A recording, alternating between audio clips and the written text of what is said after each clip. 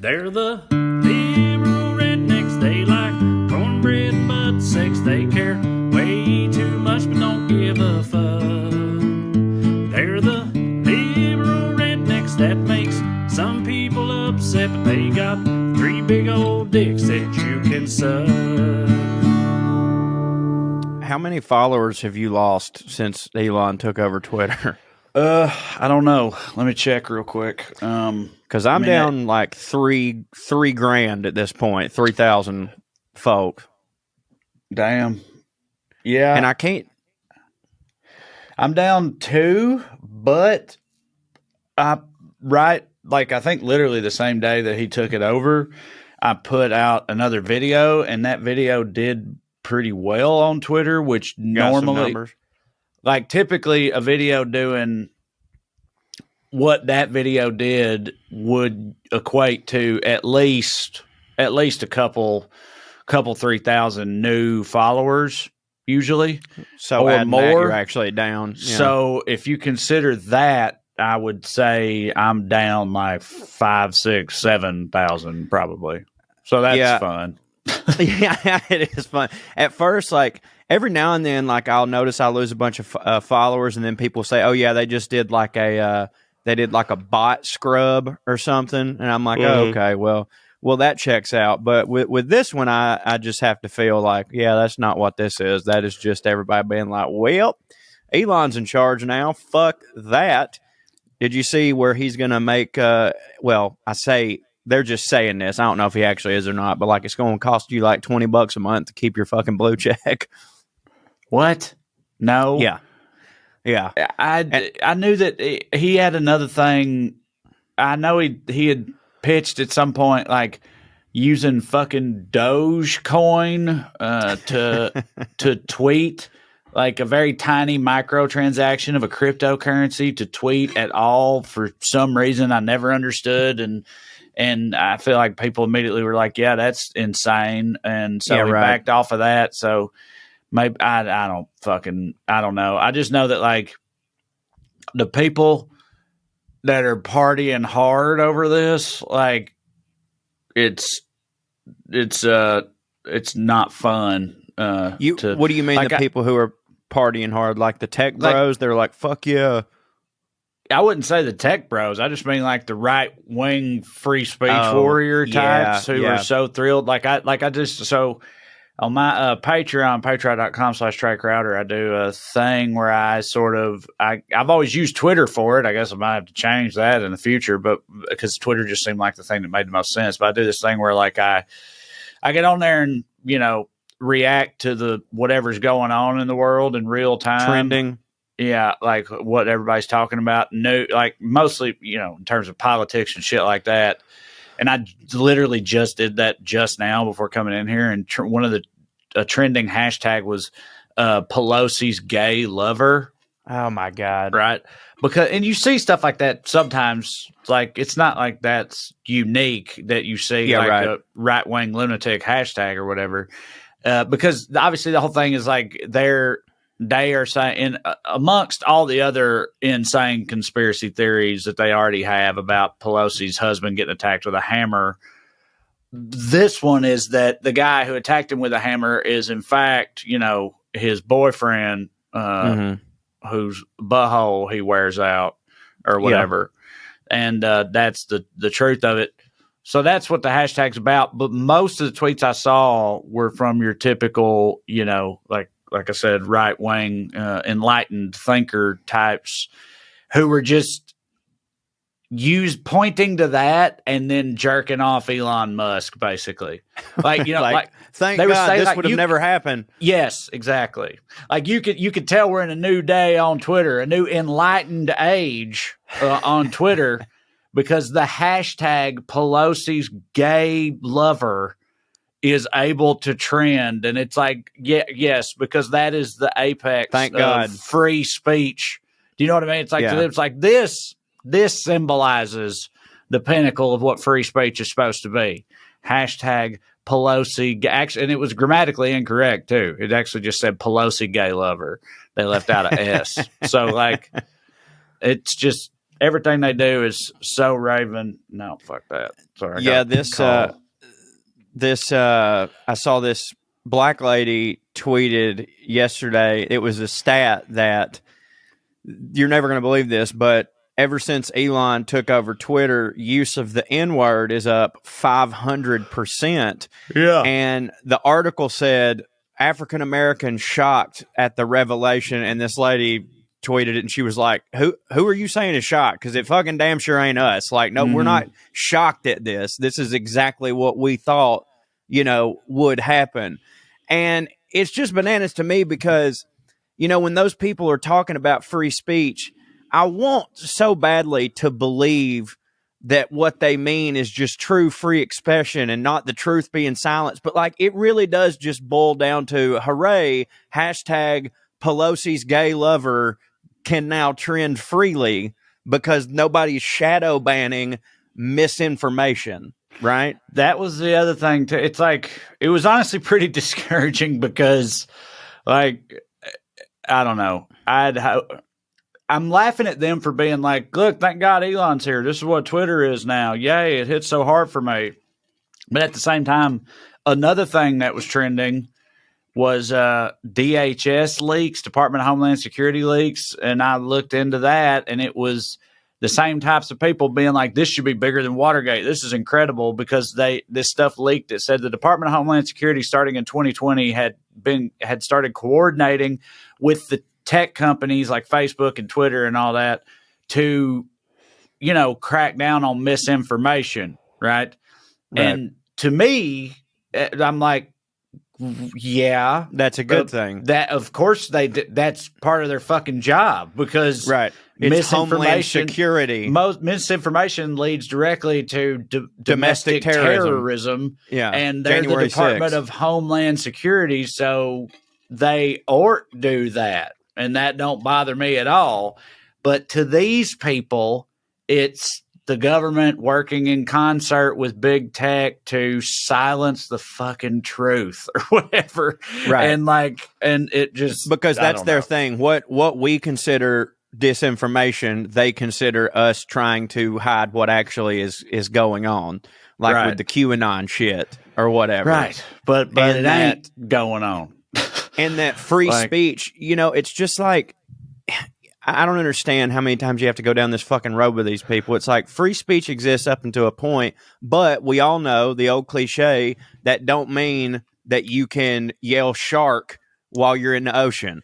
You know what I mean? And that's what... Do you think people ought to leave, though? I know you're biased just like I am, so I'm imagining you're going to say no, I'll say no too, but like, what, No, I get it. I selfishly don't want people to leave, and I'm going to try to make this point pulled out of my butt, which is like, I can't stand it when all the good people of Georgia move to other places because then it just leaves all the bad people here and things look worse. Stay on Twitter. Let's fight and keep this thing that we have built. But at the same time, like, dude, how many times have me and you talked about if we didn't desperately, and I emphasize the word desperately, if we didn't desperately need social media for our jobs, I'd done been the fuck off. So, like, I'd say that most of these people are probably people who, like, were teetering back and forth on whether or not I even want to be on Twitter anyways. And then this happened, and it was like, well, all right, that's all I need to know. Kind of like with me and Spotify. I was already paying for several music apps at once. So the fact that Spotify went through that whole thing of not wanting to pay their artists or whatever the fuck, taking us off there and shit, if I hadn't already kind of wanted to leave Spotify, I probably wouldn't have. But when that happened, I was like, well, you know what? I was about done with them anyway. So I just feel like it's probably more those types of people than people who are like, I actually genuinely love Twitter, but I must protest. You know what I mean? Yeah, you're probably right. I just also kind of don't like, maybe I'm missing something as far as, Twitter's one of the bubbles that we all make for ourselves. Yeah. Do you know what I mean? Like all these mouth breathers that we're talking about making fun of right now, don't follow none of them. which I don't, Right. and I still see their shit, but that's because I go looking for stuff like Right, that exactly. to talk about it. But if you're just a regular person on Twitter and don't want to see none of that, it feels like it should be pretty relatively simple to avoid seeing any of that, you know? Yeah, I tried to. Robbie, my buddy Robbie over at Uncle Bod, for years I was trying to explain to him the merits of Twitter, and he kept saying, well, I just don't want to see such and such and such and such. And I was like, buddy, if you're starting a new account from scratch, like, you're in the perfect spot. Like, all you got to do is go follow the shit that you want to follow. The only time that you will ever see some shit that you don't want to see is if someone that you do want to follow retweets a thing that you don't want to see. But that just rarely happens. Like, Twitter is so great for curating your experience, whereas Facebook was always you're adding people as friends, and these are all friends that you knew and shit like that. Like, you can't add Leonardo DiCaprio as a friend on Facebook, but you can follow him on Twitter. Now, granted, only if you want to hear about boring climate change shit all the time, but still, like, to me, Twitter was always the best one. But now, and me and you talked about this a bunch, it seems like Instagram is probably about to be popping off even harder, because, like, I think a lot of people had been like, a lot of people jumped off Instagram because they were like, well, that's Facebook owned. But at the end of the day, it's just pictures, and now it's reels and it's fun videos and shit. And now people are probably going to be leaving Twitter just like, man, I know Zuckerberg owns it, but, like, at least it's just like people making cheeseburgers and shit. None of this hashtag Pelosi's gay butt or whatever. So we gotta learn to get better at the thing we're the worst at, is what I'm saying. All right, well, let's take a quick break. My adversaries crumble when we rumble. It's a catastrophe on anybody who trying to hate, come and blast at me. I've been in this for a minute. All right, we're back. Yeah, I know. I don't know. I feel like people don't give much of a fuck about most of this, but, you know, it does suck also that we have to care about it like we do, like you said. But yeah, it's like, the biggest one for me has always been Facebook from the very beginning. And, you know, it went through all its bullshit that it's still going through. People left in a mass exodus. And then it was Twitter, and now the same thing's happening there. And so it's like you said, all right, well, I guess I got to pump up my Instagram, the one that I understand the least. And whatever, fucking, I don't know. Nobody cares about that. What are you doing for? Well, they care. I think they care about the Elon Musk part of it. But yeah, right. You're right. Nobody cares about the minutia of our daily grind on. But I will say this: media experiences. Yeah. I'll use this as an excuse to say, if you want to fuck off from all of that, you can get a curated Corey Forster experience at parttimefunnyman.com, and also a curated Trae Crowder experience at patreon.com/Trae Crowder. Those are the last bastions of free fucking speech, ladies and gentlemen, and that's where you need to be. What were you going to say?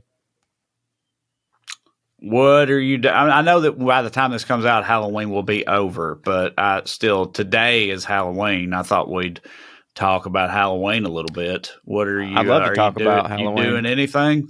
Are you a big Halloween guy? I know you already went to a Halloween party. Are you doing anything later today? Where are you at on all that?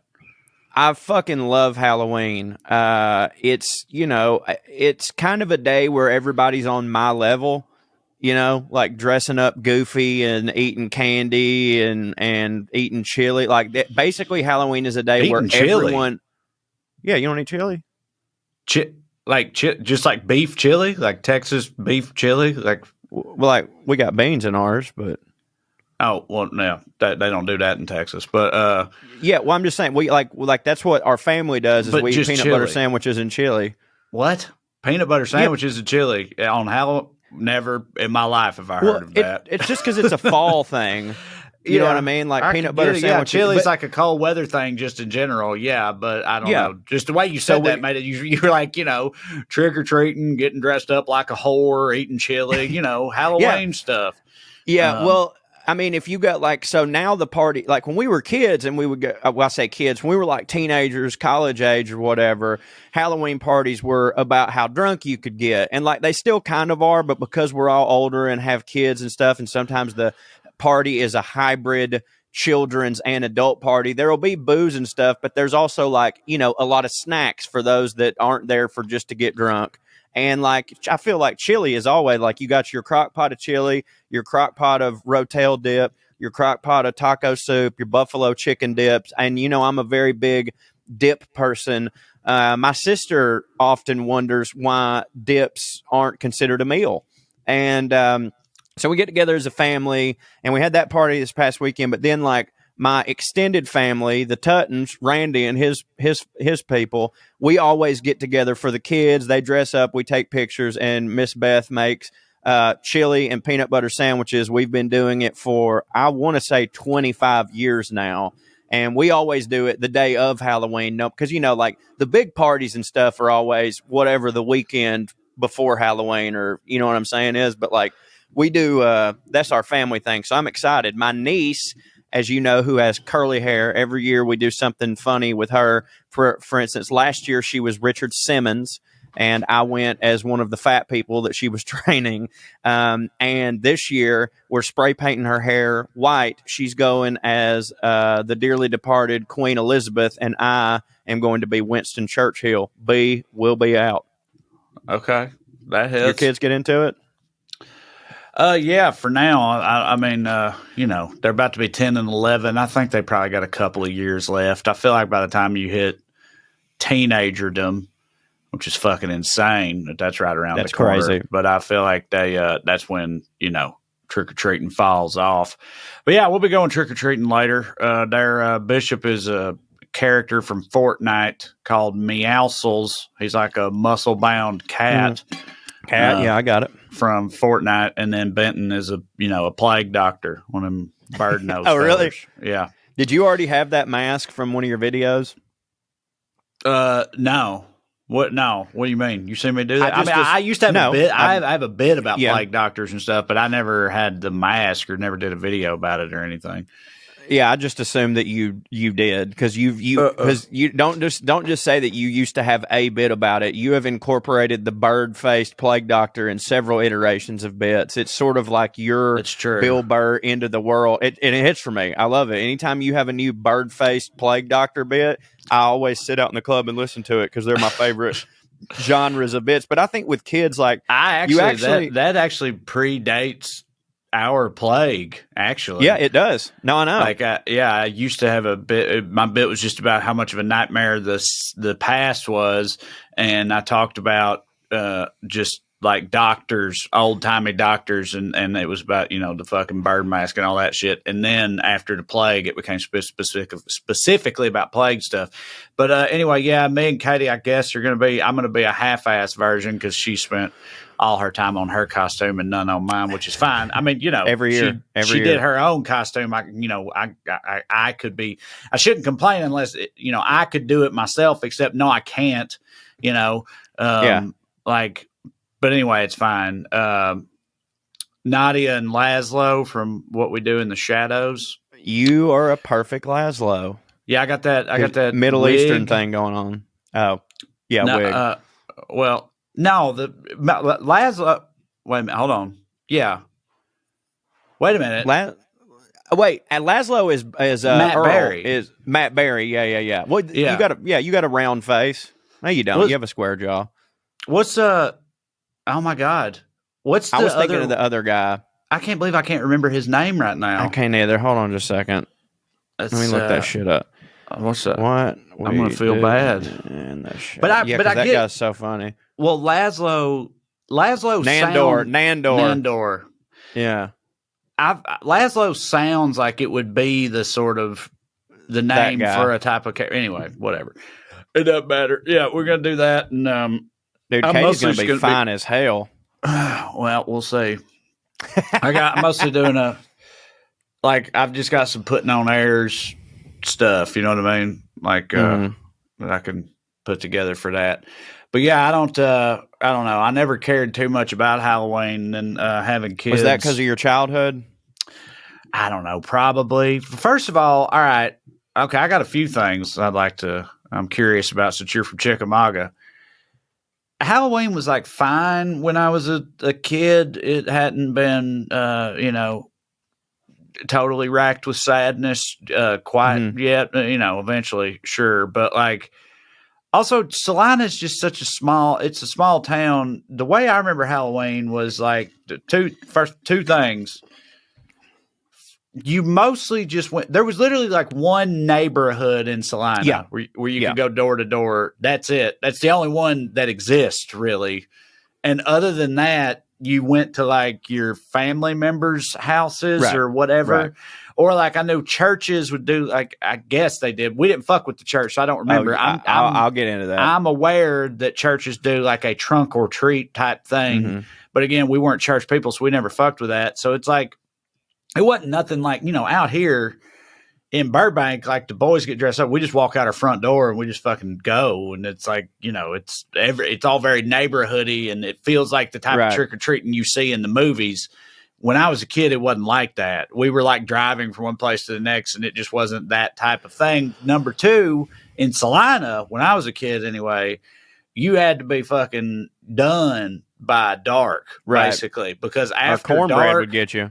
After dark, that's when the tricksters came out. Yeah, rolling yards. The fucking high school kid, and dude, in Salina, they took it up a few notches. It was so much more than just rolling yards. It was like obviously egging, but they'd let the eggs sit out for weeks, so they'd be let it stink. Right, but they do like IEDs basically.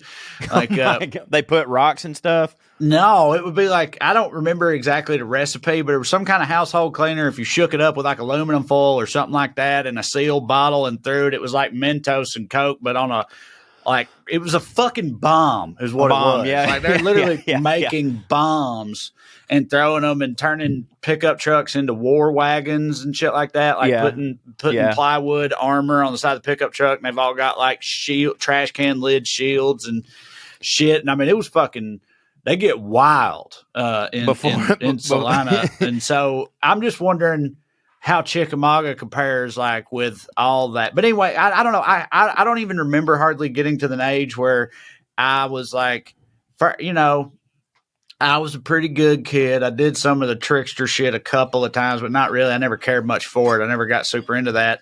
And, after 12 or 13, I was like, trick or treating's for babies. I don't care nothing about that. And then I just never really got, and then in college, I'd go to Halloween things, but I just never put all that much effort into a costume. I'd go to like Goodwill and put together some hippie shit or whatever, that type of thing. But of course, I liked looking at all the, nearly exposed titties and stuff. But I've never really liked horror movies all that much. I'm not really into spooky shit. I never have been. So I just don't like. I've never cared all that much about it. I know I just laid a whole bunch of shit on you, but I'm here for that. Matter of fact, I've got a lot to say about all of that.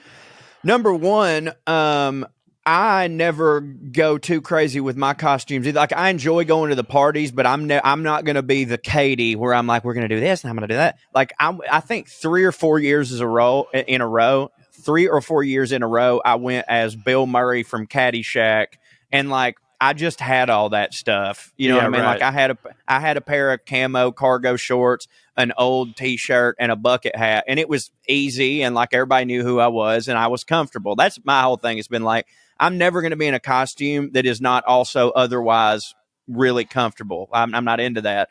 But I enjoy going. As far as before I dive into this, I want to say the one thing. So we rolled yards, but we didn't do any of that crazy shit that you were saying. But what that reminded me of was when we were kids, if we would ever get a snow, we would hide down by like one of the little bridges and we would like make snowballs and throw them at cars, which is, innocent enough or whatever. But I remember one time we were doing it and my buddy Josh, rest in peace, chunks his snowball at a car and it shattered the window, and we were like, wait, what the fuck? And he's like, oh yeah, I've been putting rocks in mine. So we had to run from the cops, but we would roll yards. And I remember this one particular year, we were like going all night rolling yards, like 2 and 3 hours. And we rolled this lady's yard first, got it real fucking good. And they came out and they saw us as we were running off, and her and her husband and kids actually went there and like spent an hour cleaning all the toilet paper and shit out. And we rolled their ass again when they went to sleep. So that hit. But as far as the trick or treating and stuff goes, there are like several neighborhoods in Chickamauga, and everyone kind of was like, okay, don't go to that one. You know what I mean? If you're going to go, there's Tenant Circle. It's a nice subdivision. We know a lot of people there. You can go door to door. But I actually wasn't allowed to do any of that because of the church, right? So we had trunk or treat, as you laid out earlier. Now, I will tell you that in terms of sheer quantity for your experience, in terms of candy, trunk or treat may be the one thing that the church version is superior to the regular version, because at the church, when we didn't have a lot of people at our church, and so there was, even fewer kids, but everybody would show up and they would literally load their entire trunk with candy. And so by the end of the night, everybody knew how much leftovers they had. So they would just tell the kids like, hey, listen, go fill your bags up. You know what I mean? And we started after that. It's like, we wouldn't bring bags. We would bring pillowcases because that's how much candy we was getting. So like, I would see my friends come back from trick or treating and like, they didn't have near the amount of candy that I had. So I was like, okay, church hits. But that wasn't the primary reason that I went to trunk or treat, or why trunk or treat was the preferred thing for churchgoers. I'm certain that you can guess why it was that the church was so heavy on us going to trunk or treat instead of trick or treat, right? Okay. I mean, I'm glad you brought this up because I wanted to get into it, because I feel pretty unclear on how the church looks at Halloween, because I hear devil stuff about it sometimes, but then also just the fact that they celebrate it with trunk or treat type things. And also, I talked about Halloween on my Patreon. That's another thing I did today. And so I know you probably already knew, but I didn't before I looked it up, that it's like got very, very, very Christian roots, and is still like All Saints Day, All Hallows Eve, whatever. It's like, wasn't any of that spooky jack-o'-lantern shit originally, and it was just a church thing. And then it sort of morphed and then got secularized, but still, like, that still exists, and it's like not inherently satanic at all. In fact, it was started the other way. So I'm assuming the answer to your question is because that's devil shit or whatever, or something along those lines. But I'm kind of fascinated by how they parse all of that when it comes to Halloween and the devil and Jesus and everything. Well, it's not only that. It is because of a phenomenon. I can't talk today, bro. It's because of a phenomenon that still carries out to this day. It's that if you go to other people's houses for trick or treat, they're putting heroin in your candy, and they're putting razor blades in the apple, or they're trying to pull you inside the house and fuck your butt or whatever, as if you'd be trick or treating without your parents or whatever. So there was a lot of that. But no, at our church, it was like dress up, but don't dress up as any demons or don't dress up as any ghosts or whatever. Now, here's the deal. People still very much did, and the church would just be like, well, we're not going to kick a child out of Halloween just because their parents didn't know the rules or whatever. Until one year when I invited my cousins to come to Halloween, and all my cousins knew was, oh, it's Halloween, so I'm going to dress up like a scary goblin or whatever. Well, my cousins get to the Halloween party at church, and for the first time ever, since this rule had been broken many times, for the first time ever, the church actually decided to enforce it and kick my cousins out and make them leave. And Trae, do you know the only difference between my cousins and all the other kids at the church who were wearing goblin shit? Yeah, your cousins are half black, right? Yep, that is 100% the only reason. Because isn't that a whole separate incident that also was racially motivated involving your cousins in that church?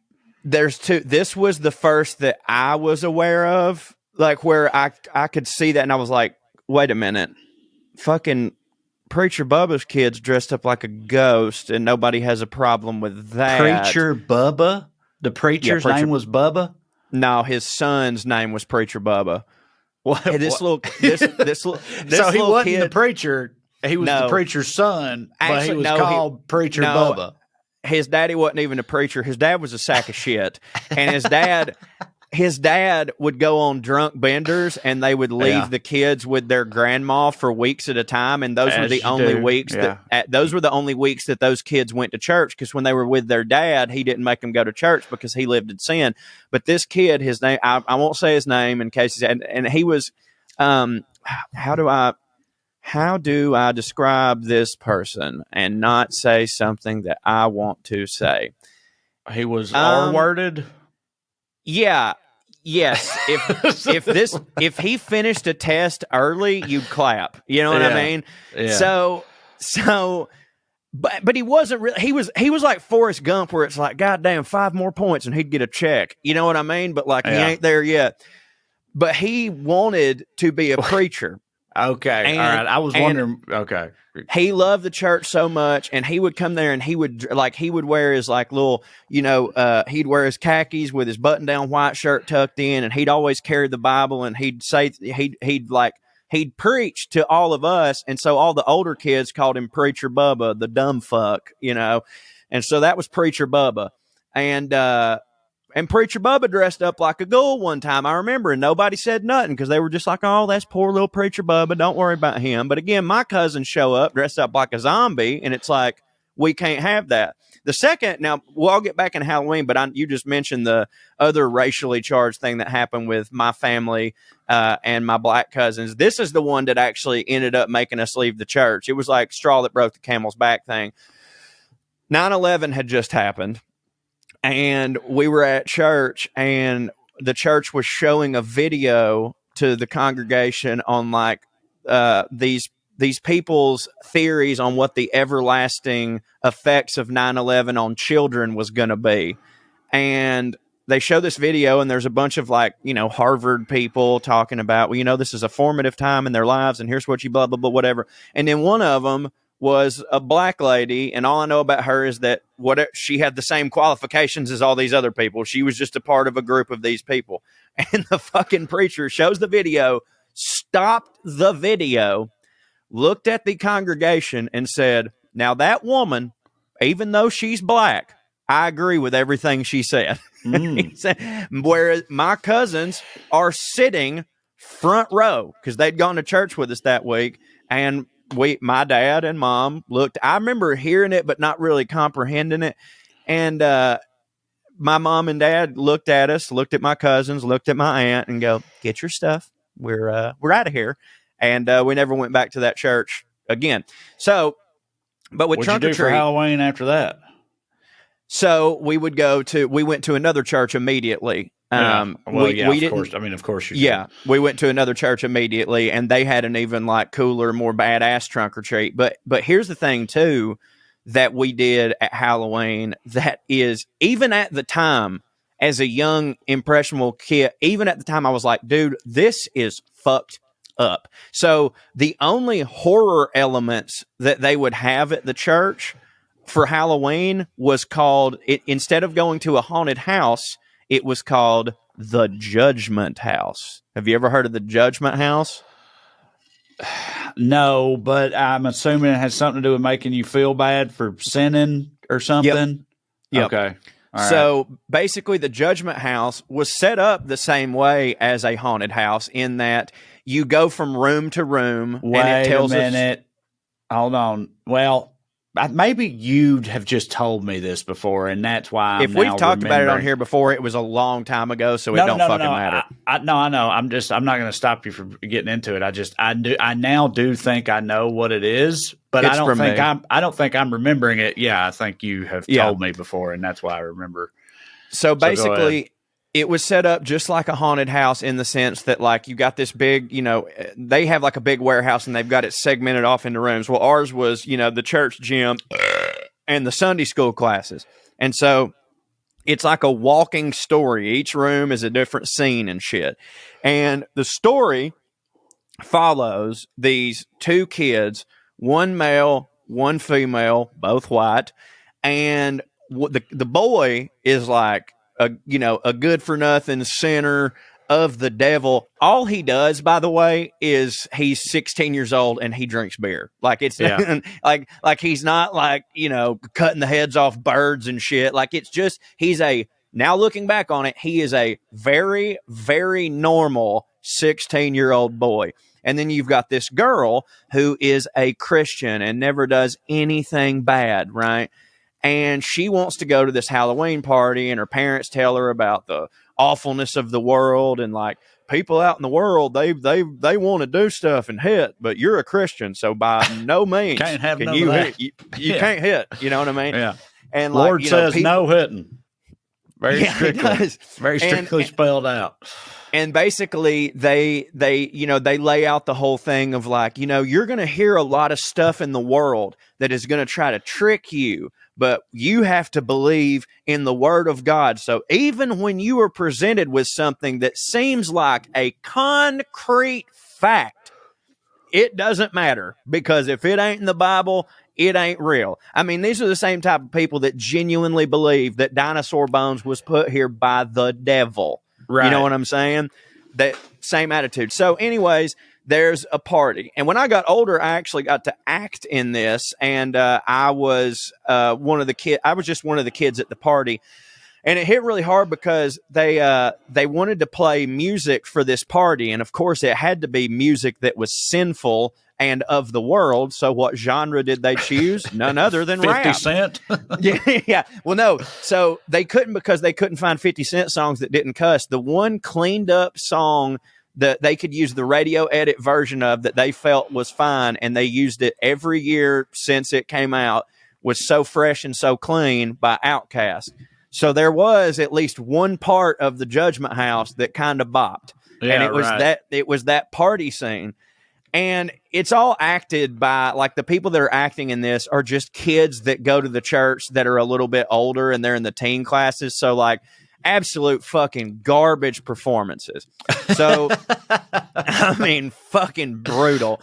So, one of two pivotal scenes that happens is they're at this party, and the girl is like, the boy's like, I'll never forget the way that this kid delivered this line, because it was such bad acting. He goes, "Hey, I just ran out of beer. I got to go get some more.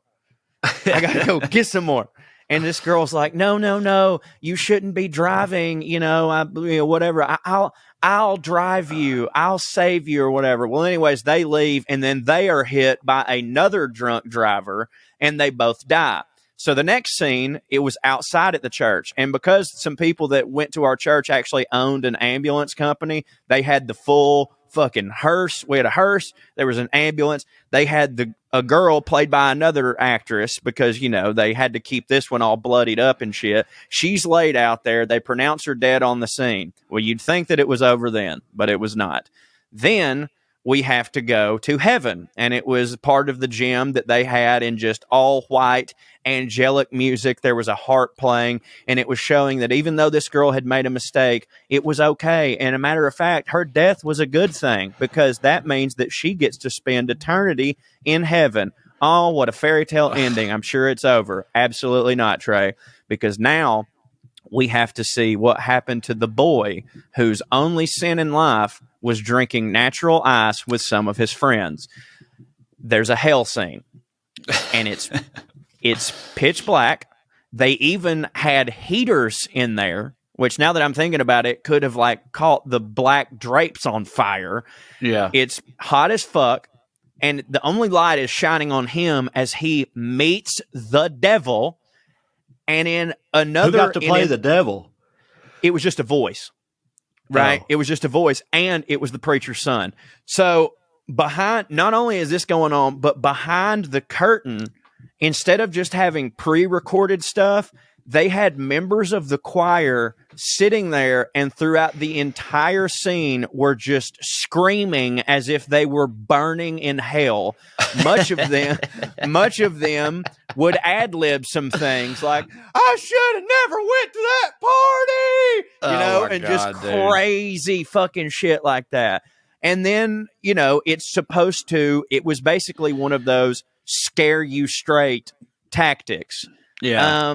But I remember even before I was old enough to be playing one of the people at the party, going through it and just thinking, I mean, this party seems like fun. Like they're playing darts, man. They're drinking beer. Like they're listening to like some pretty wild, crazy music. Like this just seems like they never go with the, like they never show actual bad sin is what I'm saying.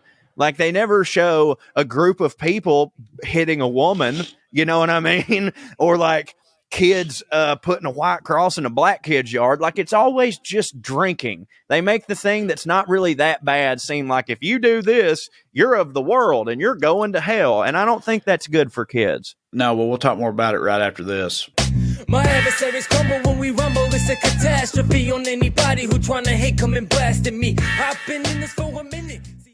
Yeah, but it's like that's the thing they're most worried about with teenagers at that point in time. You know what I mean? Like that's like the thing that they don't want you doing. If you're talking about, good Christian adults is, hitting. and that, they don't want you hitting. You hit too hard, you go to hell. Everybody knows it, and they got to impress that upon you at that point in time. And the reason in my opinion, that they focus on that specific type of sin is because it is the only sin that will often prevent you from being able to get up and go to church on Sunday. All the other sins are not going to give you a hangover and make you sleep in on Sunday. You know what I'm saying? But like the first time you get a taste for beer and sleep till 11 on a Sunday, you ain't going back, buddy, because then you're like, oh my God, I'm already here and I can turn on the football coverage early. Like, imagine being a goddamn Christian. No, don't hit. Don't hit I know that there are people that listen to this show that are good Christians. I know that they exist. I'm 100% aware of that. But like, I feel like most of the, what I call good Christians, they probably just like, they don't even go to church no more. You know what I mean? They're just like, no, I'll read the book, but like I'm staying at home because the fucking Bills and Chiefs are playing. So I got a couple of things you just made me think of that I wanted to bring up. You just said something like there's good Christians watching this, and you reminded me. You remember the song? I feel like it's kind of got a creepy feel to it. The song from the 80s, sometimes I feel like somebody's watching me. Who is that? He's black. Yeah. And he has curly hair, and shit. I always feel like somebody's watching. Wait, no, it's not Phil Collins. I'm right. It's a black person, right? It is. But that part that we keep re-singing, who is that? Oh, Prince. No, it's Michael Jackson. Oh, right. But that song, so like, I guess, is it even credited to Michael Jackson? You were closer to it or what? Right. You were. So in my head, that's one of those songs, like you hear it all the time growing up. You hear it, whatever. Don't think much about it. No, but people know that song. Yeah. And because the only part of it I really know is the chorus. And that is Michael Jackson. Like, right. I always just thought that was a Michael Jackson song, but it isn't. It's by some dude named Rockwell, who actually, we were talking about LMFAO. That guy, Rockwell, he also is a son of Barry Gordy. How many does he got out there hitting? Oh, buddy, there ain't no telling. I heard Artie Lang tell stories about meeting Barry Gordy because Barry Gordy was like a producer on Mad TV or something. Somehow he did it all, man. He financed it or something like that. Actually, I'd heard that. And so Artie Lang met him from working on Mad TV, and he said he was giving examples of some of like Barry Gordy's life philosophies, and apparently his number one life philosophy is the inimitable value of young pussy. And that it keeps you fresh. Yeah, I don't mean young, like illegally young. Yeah, I just mean like younger than him, which has been young for a while. Like you be with you upgrade to a younger model at a certain stage, and then you have. I think with him, you have a few kids with her, and I wish I remember. Leo ascribes he had all to this model. The Leo DiCaprio model, exactly. Except Leo don't have the kids. But anyway, at my son's Halloween party this morning, or at school, their little school Halloween thing, they played that song amongst others, and I realized I was like, yeah, I guess that song is sort of like spooky sounding, and it reminded me of that, and so I wanted to see if you knew the truth of it. But you were I closer didn't. to me. Like I said, I thought I was trying to ascertain whether everybody else also just thought that was a Michael Jackson song. No, but I did not. I guess that's not the case. But that is Michael Jackson who sings the chorus. They were just that makes a lot they of were sense. just boys, him and that Rockwell dude, because of Rockwell's daddy or whatever. So is that song, is like Michael Jackson have a credited feature on that song? Because that's wild. If he don't, I don't know. I'm trying to find a way to. Oh, you want me to tell you another funny church thing that I just thought of? Sure. When I was a kid, I remember people at my church would always say, like, if somebody's grass was dead in their yard, they would always say, you know why that is? I'm like, because they didn't put fertilizer or because we hadn't got a lot of rain. It's because they mowed their grass on Sunday. Oh. Did you know this? This is a true belief. A true belief that a lot of people around here have is that if you do yard work on Sunday instead of going to church, your yard will not look good. That's hilarious. I live in drought-stricken Southern California, so my yard stays having big dead patches in it, and I don't mow ever, but the people that my landlord pays to mow come every Wednesday. Well, so I know I didn't need to offer any evidence to the contrary for that ludicrous belief, but Trae, there you go. You're missing the bigger picture here. The reason that California is always in a drought is because that's where all the sinners live. Because they stray from God's light. Yeah, that makes sense. That's why y'all get all the... I didn't want to get out of here without asking. I know the answer to this question because me and you have talked about it, but I don't think we ever talked about it on here. And it's Halloween and it's on theme. Where are you at on scary movies? So the only ones in the past ever that I've enjoyed are of the Jordan Peele variety, and I've been true horror fans have always told me, well, they don't really count. That's probably why you like them. I wouldn't really call them horror movies, personally. But they have they're like they're thrillers, creepy, really. they're thrillers, they're creepy thrillers. But like, no, dude, like I've always been the type of person who like horror is not an emotion that I wish to invest my money in. You know what I mean? Like, Now that said, you know that I'll watch a good sad movie, which is contradictive in that way. But like, I'll watch a sad movie when I know it's like, listen, yes, it's heart wrenching, but like the cinematography is amazing, the script is amazing. Horror movies are rarely like cinematic masterpieces. Like there are some, but that right there, I think, is the main reason that I don't like them. They're cheesy. They're not good. Yes, they're in my opinion. And again, this is blasphemy to a lot of people, especially on Halloween. I know some people are super into horror movies. My dad, our buddy Brent Terhune, is the biggest horror movie fan that I know. My dad was super into horror movies. He was a movie buff in general, but he didn't discriminate, and he loved horror movies too. And a lot of people are that way. But for me, I'm sorry, but I just think that most of them are sort of garbage. Stupid. Yeah, they are. Like, they're dumb. I mean, we all know all the cliches about how characters act in them and stuff like that. But yeah, like you said, Black guy dies first. They're just mostly not good movies, which I believe is the reason that I haven't liked them. The ones that I also like Jordan Peele's stuff, except I didn't like Us, but I fucking loved Get Out, and I loved Nope. So he's 2 for 3. I still hadn't seen Nope.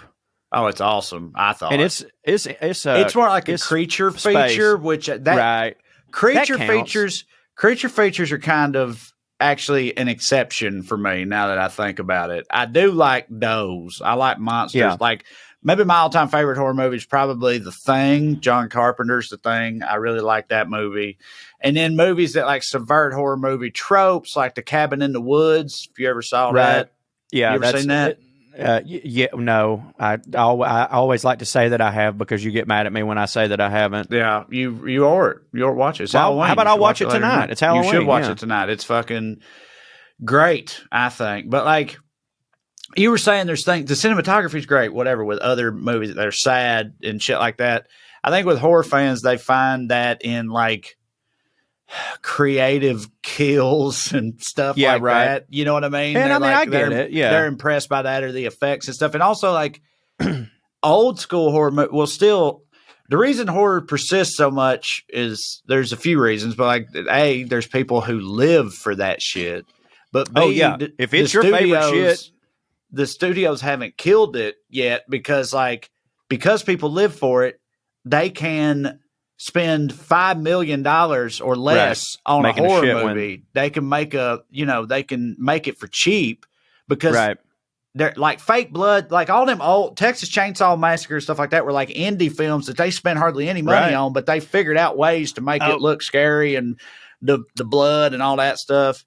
And two that I like, that I really, really fucking like, but it's only two, and maybe you're about to tell me that these don't count.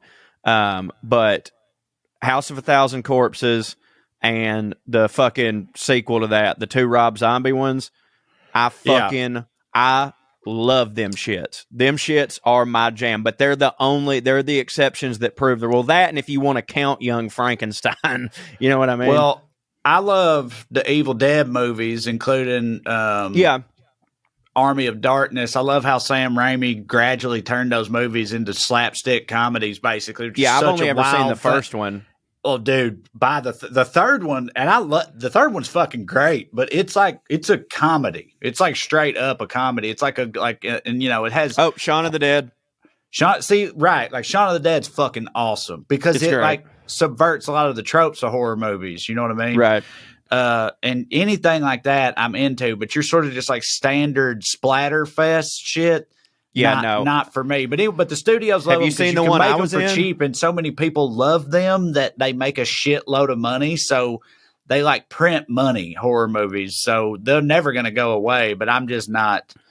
I'm not a fan, generally speaking. You were in a horror movie? Yeah, in a short film. Yeah. No, and what are you talking about? I'll send you the link to it. I'm pretty sure it's still on YouTube. I am the lead. From when? Pre-hit, like 2015. I knew that you did a indie thing, but I've done several. I've done a couple indie. One of them was. I've done two indie features and one indie short, and the short was a horror movie, and I get killed, and it's not. Here's what I'll say.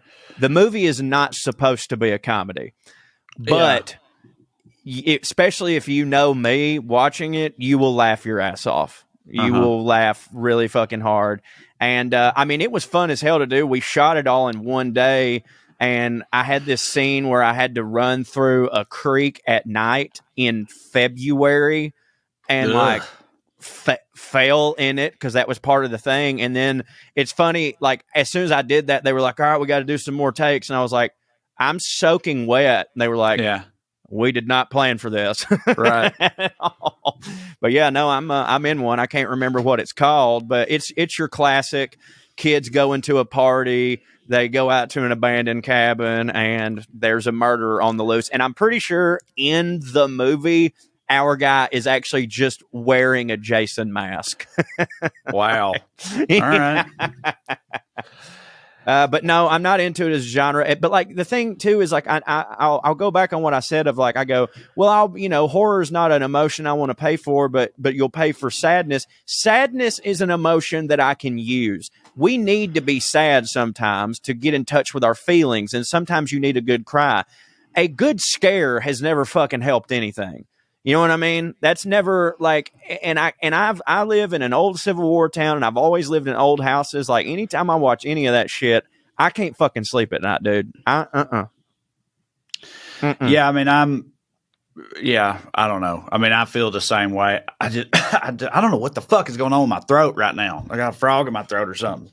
I got allergies today too. It don't hit. It don't hit. Anyway, I'm just, I think it's mostly the cinematic part of it that we talked about. It's just like they are generally speaking kind of dumb and cheesy and things like that. So that's the main reason I don't like it. But I do agree with you about I don't need to sign up and spend money to scare myself. Also, like they're always like they're trying to out fucked up each other. I think it's that's got the most fucked yeah. up, and I just don't. I don't need super fucked up shit in my life. You know what I mean? It's like, yeah, like some people are like the ones that really get people's attention. Like, yeah, it's so fucking brutal. And I'm like, I don't like need Saw and shit like brutality. that. Like, so, okay, the very first I like the Saw, first one. Yeah, the I very did too. first Saw is creative and inventive, but and that's pretty fucking a thriller. Sweet. But then they get, I don't know, dude. I would call that a horror movie. Yeah, I guess you're the right. Saw movies, I mean, they're pretty gnarly. It's just the first one has some good, storytelling. And then it was innovative, I thought. But that's the problem with those movies and all horror movies, like you were saying, is like they have to. It's like in a wrestling show. If the first match somebody jumps off the top of a cage into a table, then the people in the last match are about to have to do something so insane that often it's just like not feasible, or you get hurt, or you can't pull it off, or it's ridiculous. And like, yeah, with the Saw, it's like, well, we got to do different torture mechanisms. And like in all horror movies, it's like when somebody sets out to make a comedy, of course you want it to be the funniest movie that you can make, but you don't go, this has to have more laughs per minute than Superbad, or this has to be, you know what I'm saying? Like, you're not trying to out fart the competition, I don't guess. But yeah, but in horror, you literally have to. It's like, what was the last horror that came out? They did that. We got to do fucking this, you know? Yeah.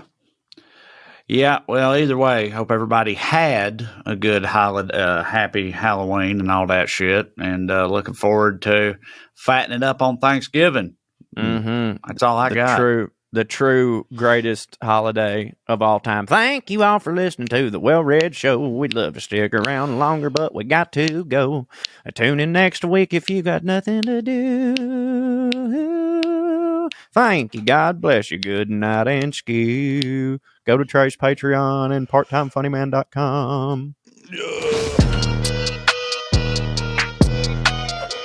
Was that before or after that rich lady got pissed off at you for playing my headphones too loud? Yeah. I don't. The timeline is fuzzy. But were you on that flight? No, you just told me about all this. Yeah, I didn't realize it, but I had my headphones blasting 2 Chainz, and I was passed out drunk, and she pulled the thing off of my ear and goes, "Are you serious right now?" And I was like, "What?" Because like I just thought, yeah, your headphones are loud, but they on your ears. Nobody can hear this shit. But like, you know, if you're blasting 2 Chainz with the bass effect on, we haven't ever told on here the other story about you wearing your headphones at the airport, have we? You know the one I'm talking about? I don't think we have, so why don't you go ahead? I'll never forget it. St. Louis Airport. All right. St. Louis Airport. I was either, it wouldn't have been a layover. St. Louis isn't a layover town. So we were leaving St. Louis, and we had done a weekend of shows at the Funny Bone, or is it Helium? Helium. Helium. So, you know, after a weekend of shows, we've all got one brewing down here, and and I try to get it out before I leave the hotel, but sometimes it just ain't gonna happen. Yep. So I get to the airport, and I've got to take a fucking country shit. Big country shit. Big old country shit. And that's much bigger than a city shit. Yeah, and I'm pretty sure, unless I'm wrong, they don't have a Sky Lounge there. Okay. And I know that because if they did, I would have went to it. Because one of my favorite things about the Sky Lounge is like it's a nice private bathroom with the full door, the door that goes all the way down, which I don't know why people just do that.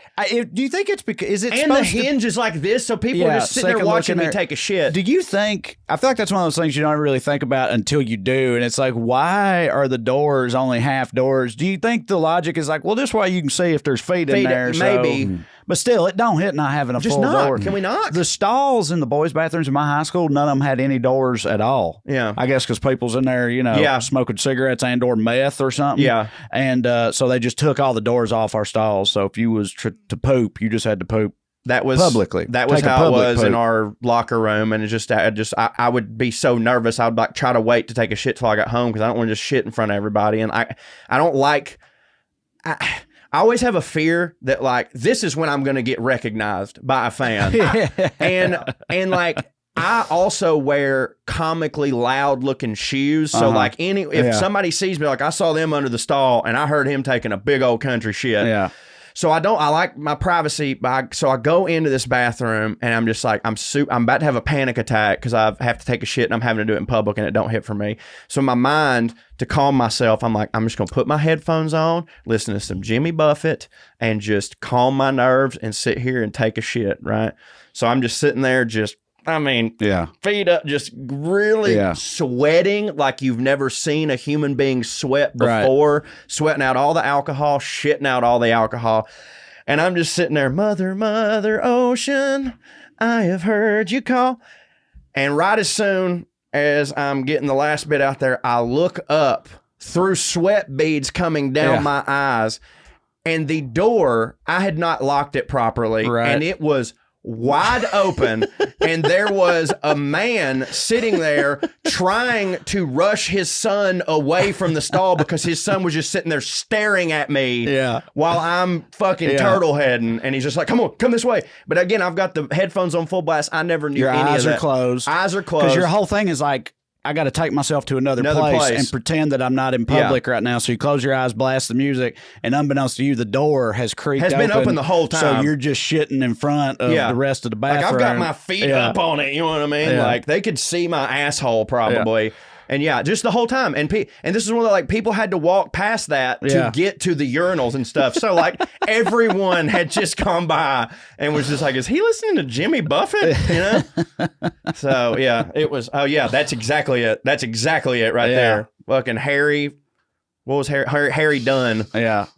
From Dumb and Dumber. Is that the hittingest poop scene of all time, you think? Yeah. Yeah. I mean, it's unrivaled. Right.